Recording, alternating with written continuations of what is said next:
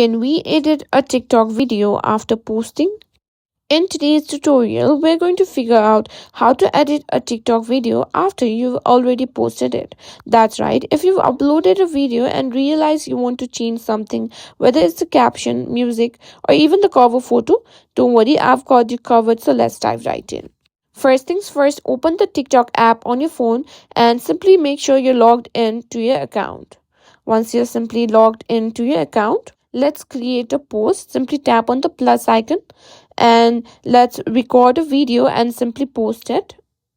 Let's simply post this video, and once it's posted, let's edit it.